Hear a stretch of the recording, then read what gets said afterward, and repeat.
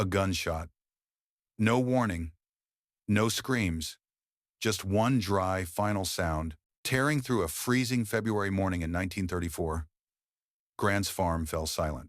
Not the silence of sleep, but the kind that arrives after everything is already over. High above the Missouri hills, the mansion stood heavy and sealed, built to protect those inside and shut the outside world away. Just after 8 in the morning, the chauffeur entered the bedroom, as he did every day. He turned on the radio. Music filled the room for a brief moment. Then everything stopped. August Busch Sr., the man who had just carried America's largest brewing empire through Prohibition, was dead. Beside him lay a small note. Not an explanation, not a confession, just a farewell to the people he still loved. Later, quiet whispers followed. Some said the physical pain had lasted for months, sleepless nights, strong medication. Others believed something else haunted him more deeply. The fear of losing control, of being trapped inside a body that no longer obeyed, a fate more terrifying to a man of power than death itself. None of this was ever proven, and the house never spoke. But that single gunshot did something history could not undo. It bound Grant's farm to death.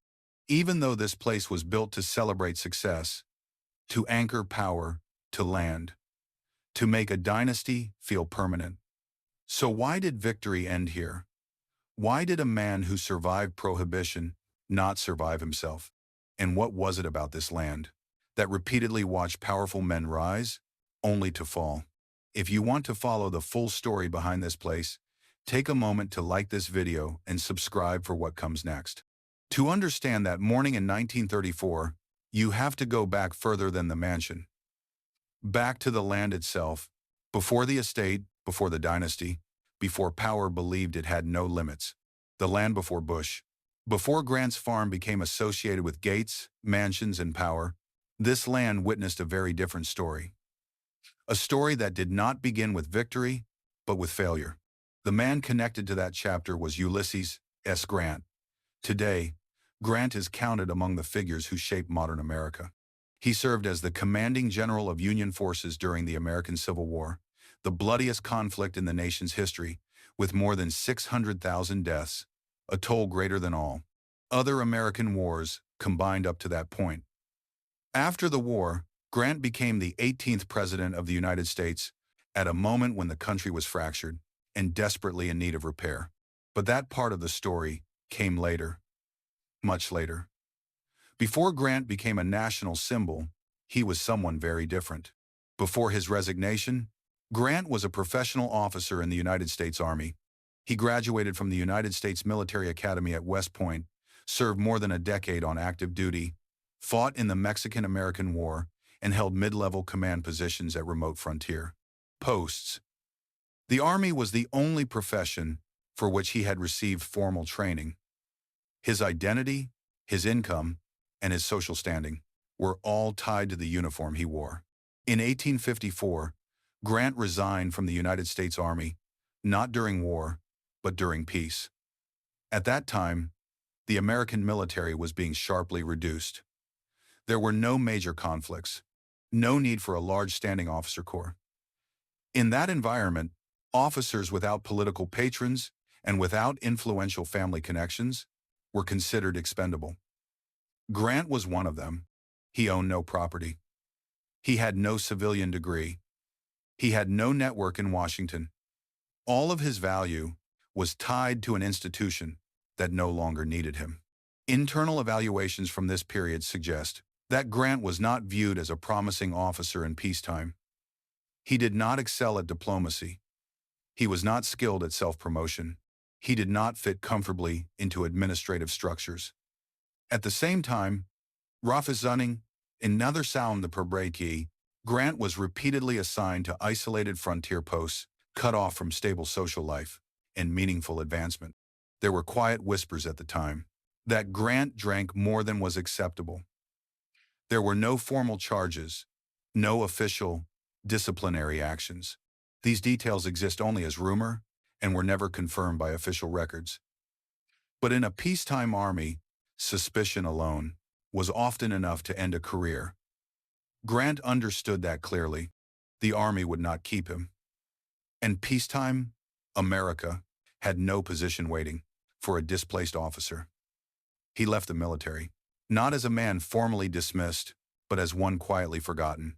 After leaving the army, Grant attempted what 19th century American society considered the most honorable path for a man. He became a farmer.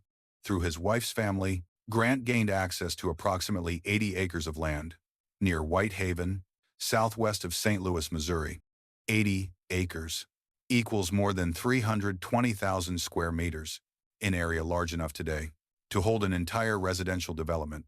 But in the mid-19th century, land did not guarantee prosperity, especially not in Missouri.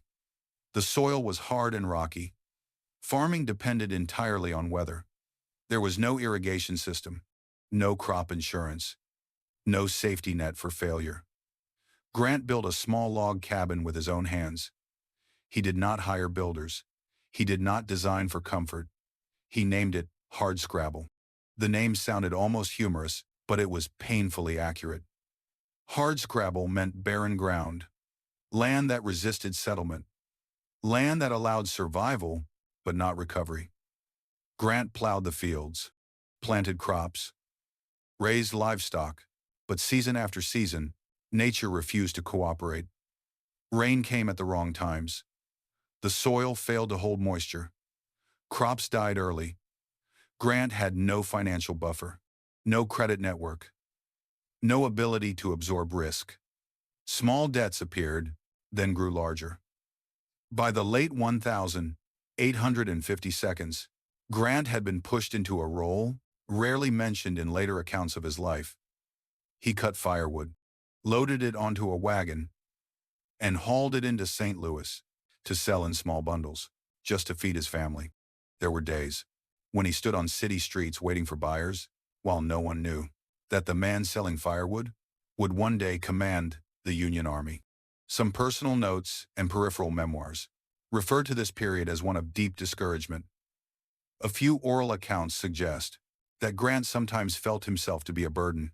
These details exist only as rumor, never formally documented, but they reflect the psychological pressure of the time.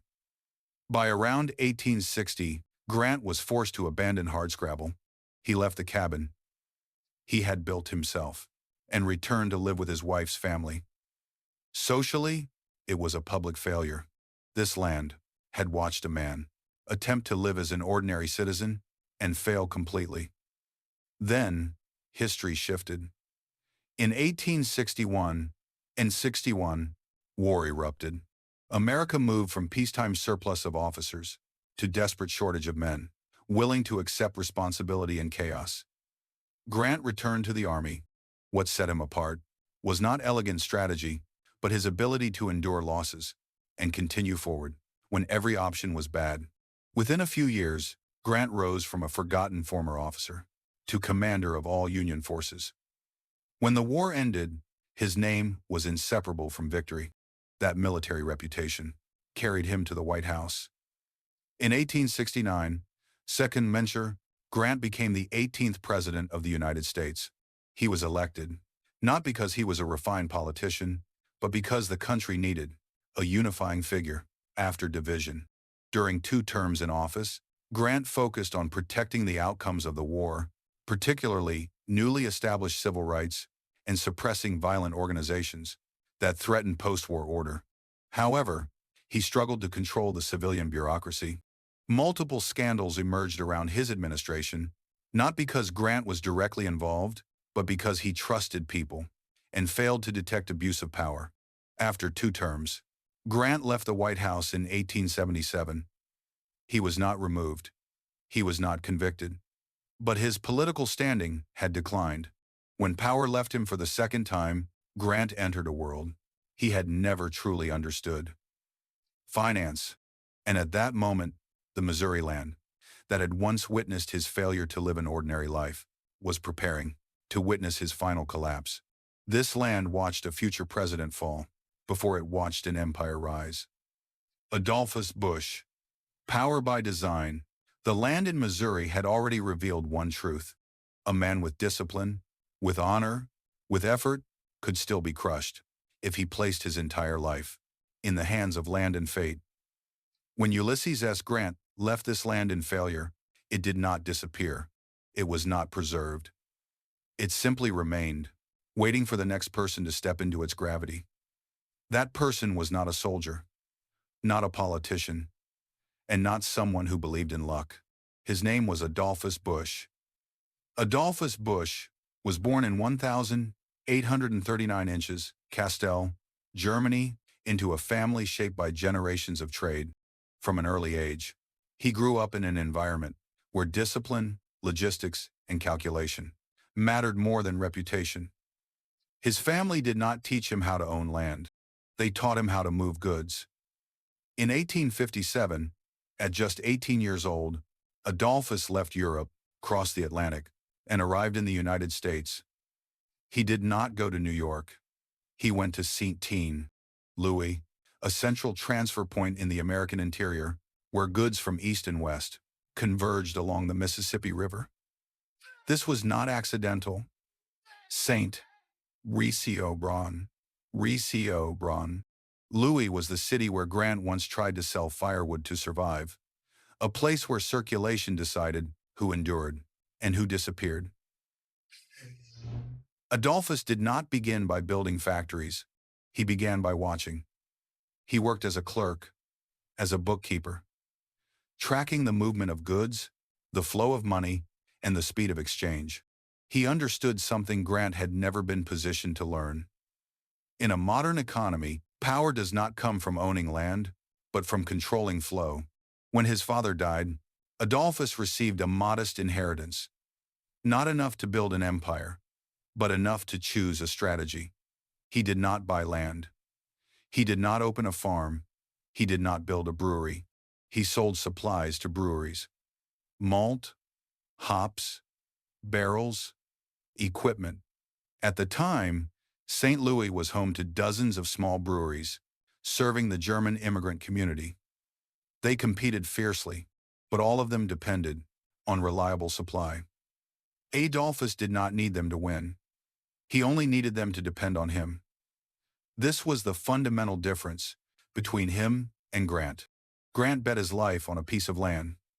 Adolphus bet on system design. It was within this supply network that Adolphus met Eberhard Anheuser, a wealthy manufacturer, who had purchased a failing brewery. The brewery itself was unremarkable, but it had capital, and Adolphus had structure. In 1861, Adolphus married Anheuser's daughter. On the surface, it was a family union. In reality, it merged supply chains with production ownership. That same year, the American Civil War began. Adolphus enlisted. He did not distinguish himself as a battlefield hero, but the war gave him something else: a sense of national scale, of logistics under pressure, of how systems behave when pushed to their limits. After the war, Adolphus returned to St. Louis with a transformed perspective. He no longer wanted to sell beer. He wanted to remove beer's geographic limits. At the time, end quote, beer was a local product. It spoiled easily. It could not travel far. It could not sustain national distribution. Adolphus did not see this as a cultural boundary, but as a technical problem. He adopted pasteurization, a stabilization method still new at the time. He invested in ice-cooled railroad cars, allowing beer to travel hundreds, then thousands of miles, without spoiling. This was not a minor improvement. It was a structural reversal of the industry. Beer was no longer trapped in cities. It became a national commodity. In 1876, Adolphus introduced a new product. He named it Budweiser, a name with European resonance, marketed as an American symbol. Not a beer for elites, but a beer for the masses. Over the following decades, Anheuser-Busch surpassed all competitors. By 1901, the company was selling more than 1 million barrels per year, becoming the largest brewer in the United States. Measured by modern standards, This was a nationwide beverage operation, with continental-scale distribution. But Adolphus was not satisfied with market share. There are records suggesting he became increasingly preoccupied with permanence. Some private letters indicate, Ressajon Alon Sisiza, that he believed businesses could collapse, products could fade, but land endured. These details exist only in personal correspondence and rumor, never as public declarations. But they help explain a pivotal decision. At the beginning of the 20th century, Adolphus purchased the southern portion of land once associated with Ulysses S. Grant, not for agriculture, not for production, but to anchor power to a fixed place. Grant had tried to live on this land and failed. Adolphus chose another path. He did not live from the land. He used the land in Libertine II to declare permanence. From that decision, the idea of a palace began to take shape, not as a residence, but as a statement. And this is where tension quietly enters the story. Because when power is designed to last forever, it eventually demands inheritance, and no system fully controls what follows. August. Senior. When power collides with the body, power can be designed, but the human body cannot. The first member of the Busch family to confront that truth directly was August Anheuser-Busch SR. He was not the founder, he was the inheritor. Born in 1865, August Sr. grew up inside an expanding empire. Beer was no longer a local product. Anheuser-Busch had become a national system. When his father, Adolphus Busch, began seeking to anchor power into land, August Sr. was chosen to turn that idea into physical form. At the beginning of the 20th century, he received ownership of the southern portion of land once associated with Ulysses S. Grant. This was not accidental. That land had already crushed a future president. Now, it was handed to the heir of an industrial empire. In 1910 and in 1910, August Sr. began construction of a mansion on the property. Not a retreat, not a farm, but a statement of power. The building was completed in 1913 in the French Renaissance Revival style, inspired by the chateau of the Loire Valley. 3 main floors, more than 20 large rooms, 14 bathrooms, reception halls large enough to host national-level guests. Adjusted to modern value, this estate would be worth tens of millions of dollars today, but the mansion was not built to be lived in daily. It was built to endure. That same year, Adolphus Busch died. Formal power passed to August Sr., and almost immediately, the world around him began to turn. World War I broke out. German heritage, once a commercial advantage, became a political liability, but a far greater threat was still approaching. In 1920, the 18th Amendment took effect. Prohibition. The production and sale of alcohol were banned nationwide. For hundreds of breweries, this was a death sentence. August Sr. refused to let the empire collapse, and he redirected the entire system toward substitute products, malt syrup, bakers, yeast, soft drinks, ice cream, refrigeration equipment. There were no great profits, but the machinery kept running. Anheuser-Busch survived. For 13 years, August Sr. kept thousands of workers employed and prevented the brand from disappearing from public memory. This was the peak of his authority, and it was also when his body began to fail. By the late 1922, August Sr. suffered from multiple chronic illnesses: heart disease, gout, severe edema, constant pain, with no effective treatments available at the time. While he could still control the company, he could no longer control himself. Then, in 1930, another shock arrived. His grandson, only 13 years old, was kidnapped at gunpoint in St. Louis. The family paid a ransom. The child was released. There were no fatalities, but the sense of safety never returned. There are rumors among household staff and family acquaintances that after the kidnapping, August Sr. suffered from chronic insomnia. Some believe he began living in a constant state of vigilance, no longer viewing even his own mansion as a secure refuge. These details exist only as rumor and were never officially confirmed, but they appear precisely as his mental and physical condition worsened. By late 1933, his prohibition was officially repealed. Anheuser-Busch was among the first companies ready to resume beer production. From a business standpoint, this should have been a complete victory. But August Sr.'s body could not wait. By early 1934, his suffering had intensified. Movement became difficult. Sleep was fragmented. He depended on powerful pain medication.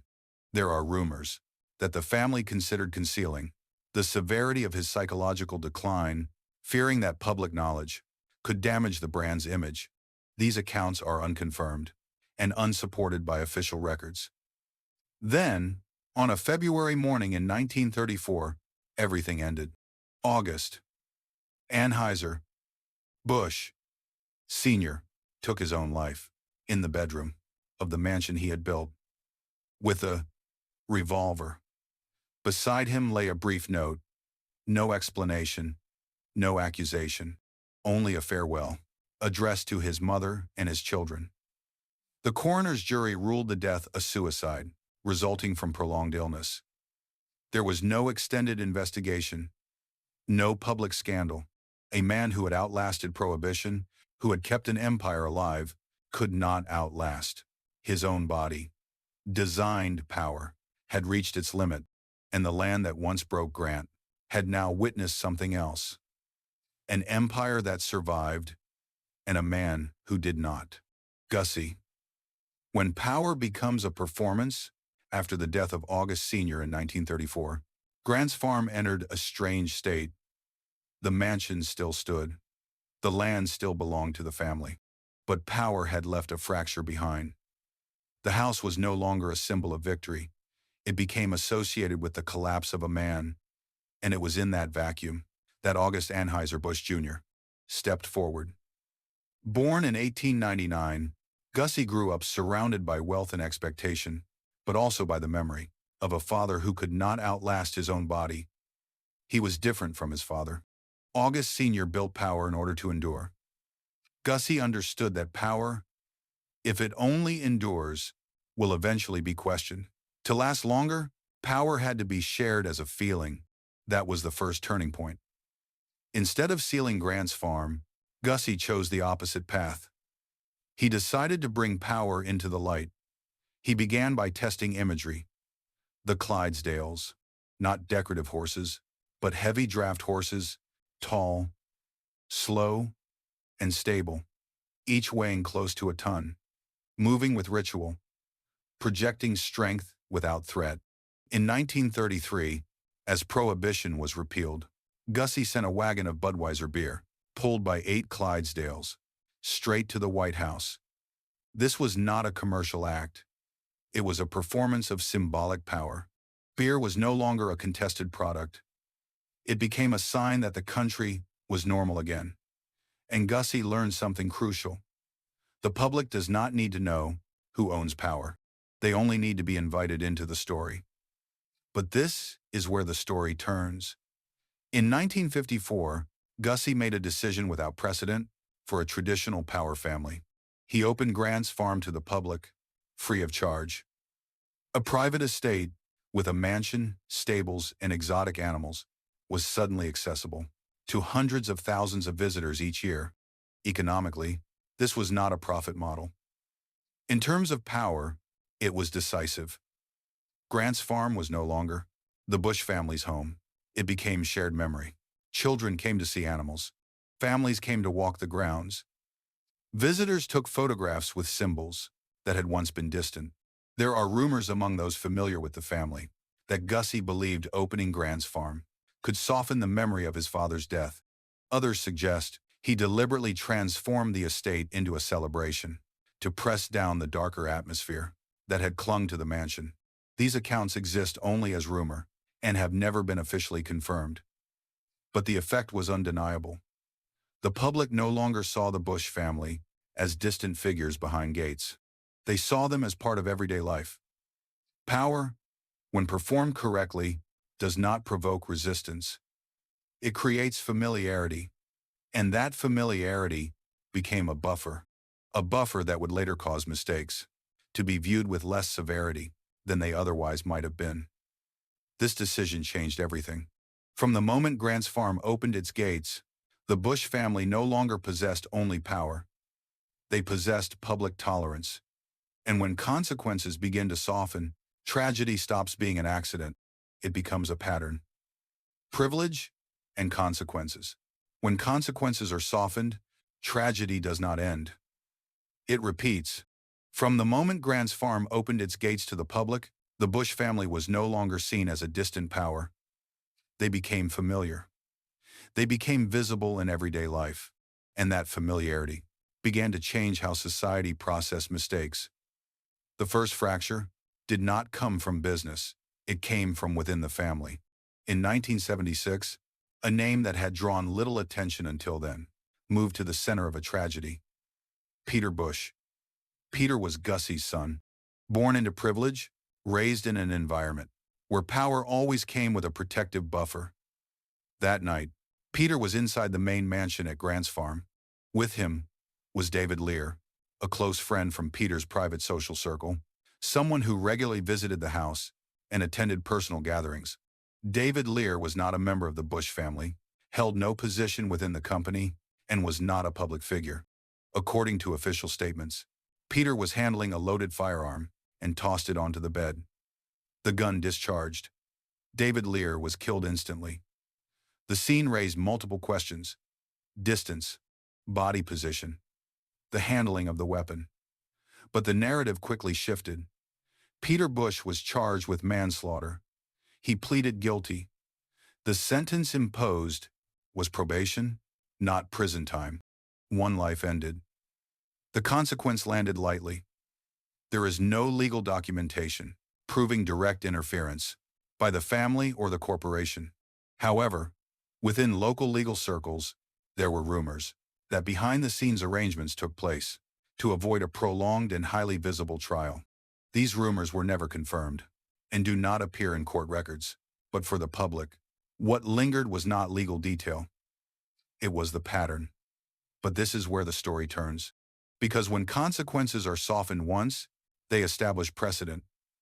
And that precedent, A-Team D10-10 Telef, D10-10-10-10-10-10-10-10-10-10, does not stop with a single generation. In 1983, another name entered the story: August Busch, IV, Gussie's grandson. A fourth-generation heir, only 20 years old at the time. In Tucson, Arizona, August Busch IV left a bar late at night, driving his Corvette at high speed. With him was Michelle Frederick, his girlfriend at the time. Michelle Frederick was not part of the Busch family, had no connection to the company, and was not a public figure. Their relationship was personal, unrelated to business or formal power. On a curve known to be dangerous, the vehicle lost control and overturned. Michelle Frederick was thrown from the car and died at the scene. What made the incident disturbing was not only the crash, it was what followed. August Busch IV left the scene. He did not call for emergency help. He did not contact the police. He went home. When police later located him, quote, Newman Resen, he was injured, and claimed not to remember what had happened. There were signs of alcohol use. Empty beer cans were found in the vehicle. The investigation stretched on. Attorneys disputed evidence collection procedures. Time passed, rendering toxicology results legally meaningless. Ultimately, report and taxes passed. No criminal charges were filed. The official explanation was insufficient evidence. Once again, a life was lost, and the consequence did not reach its full extent. 2 years later, August Busch IV was involved in a pursuit with undercover officers. He was acquitted. There was no legal conclusion of favoritism or interference. But in the public mind, the picture was complete, not through a single piece of evidence, but through a sequence of events. This decision changed everything. The Busch family was no longer viewed only through the lens of success and celebration. They became a symbol of an uncomfortable question in American society. Does justice operate the same way for everyone? There is no document that concludes collusion, but there are patterns that records cannot erase, and those patterns prepared the ground for the final collapse of dynastic power. Because when tragedy carries no consequence, it does not end. It waits for the next repetition, a silent collapse. The collapse of the Busch dynasty did not begin with the market. It began with personal incidents that caused confidence in the heirs to quietly fracture. After a series of tragedies tied to the next generation, the Busch family was not publicly boycotted. There were no protests, no organized backlash. But inside the investment world, a far more dangerous shift took place. Long-term confidence in the family's ability to lead began to disappear. For the market, this mattered more than any scandal. But this is where the story turns.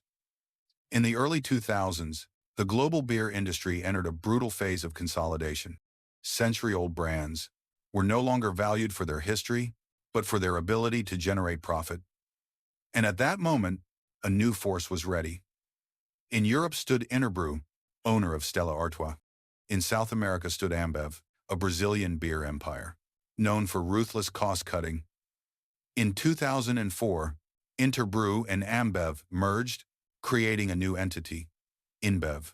From the moment it was formed, InBev became the largest beer producer in the world, by volume.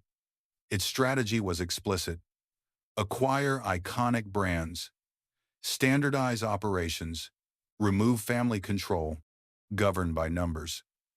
Meanwhile, in factions of Valaby and de Valaby, I was now like everybody percent I can. Anheuser-Busch still carried a dynastic structure. Power was fragmented. The family was divided into branches. Major decisions required consensus among people who no longer shared the same vision. At the center of this moment stood August Busch IV, a fourth-generation heir, and the last Busch, to hold executive control. He did not lack money. He lacked support. Investment funds looked at the recent past. They saw personal tragedies. They saw a distracted family. And they saw risk. InBev did not attack directly. They began with shares. Not a single massive purchase, but a series of quiet, incremental acquisitions. One fund at a time. 1 percentage point at a time. With each purchase, Alabakambaga's ran, the influence of the Busch family, shrunk slightly. No announcements, no public confrontation, but power was leaking away. By 2008, InBev had accumulated enough leverage to make a formal move. $52 billion US, a number large enough to turn legacy into arithmetic. Adjusted to present value, it remains one of the largest acquisitions in the history of the global consumer goods industry. August Busch IV opposed the deal. Publicly, forcefully, did not, he called it, the end of a family dynasty. But the game was no longer his. The board of directors was no longer asking what the family wanted. They were asking what shareholders would gain. And then the most painful moment arrived. Several members of the Busch family voted in favor of the sale. Not out of greed, but because they no longer believed the dynasty could continue to control a global empire. This decision changed everything. One closed-door meeting, no raised voices, no public drama, just signatures placed on paper. More than 150 years of family control ended in a single day. Anheuser-Busch became part of InBev. The Busch family did not lose its wealth. It lost control. From rulers, they became shareholders. Grant's Farm remained open. The Clydesdales still paraded. Budweiser continued to appear, Across American culture, everything looked unchanged, but the dynasty was over. Not because the market was cruel, not because of a single scandal, but because confidence had fractured long before. No gunshot, no courtroom, just signatures, ending a family that once believed it would last forever. Today, Grant's Farm still exists. It is no longer owned by a global beer conglomerate, and it is no longer the private possession of a single individual. Grant's Farm is now managed by branches of the Busch family descendants, operating through a family structure that is fully separate from the brewing empire, now absorbed into the global market. The gates still open each day. The paths are still carefully kept. Electric trams continue to carry visitors across the fields. Children laugh as they feed baby goats. Families pose for photos near the Clydesdale stables, and couples walk into the mansion on the hill to celebrate their weddings. Few people mention that inside this same house, there was once a February morning that ended with a gunshot. There are no plaques explaining it, no signs drawing attention to what happened. Everything is kept pleasant and quiet. Some former employees quietly say that certain rooms inside the mansion are rarely used. Others claim that on certain nights, the house is completely locked, with no one allowed inside. There are no official records, no verified documentation, only stories passed from person to person, just enough to create the feeling that this place has never been entirely at peace. Grant's Farm today is no longer the center of an empire and flactors, but it still carries every layer of power, ambition, and the cost that came with them. This land once witnessed a future president fail, a dynasty rise, and then slowly lose control of its own story. Because buildings do not forget. People simply learn how to live above the echoes that remain. If you want to continue exploring other estates that once symbolized power, while hiding darker stories beneath their beauty, the videos on screen will take you further. If this story gave you something to think about, consider liking the video, subscribing, and sharing your thoughts in the comments. Thank you for staying until the end. We will see you in the next story.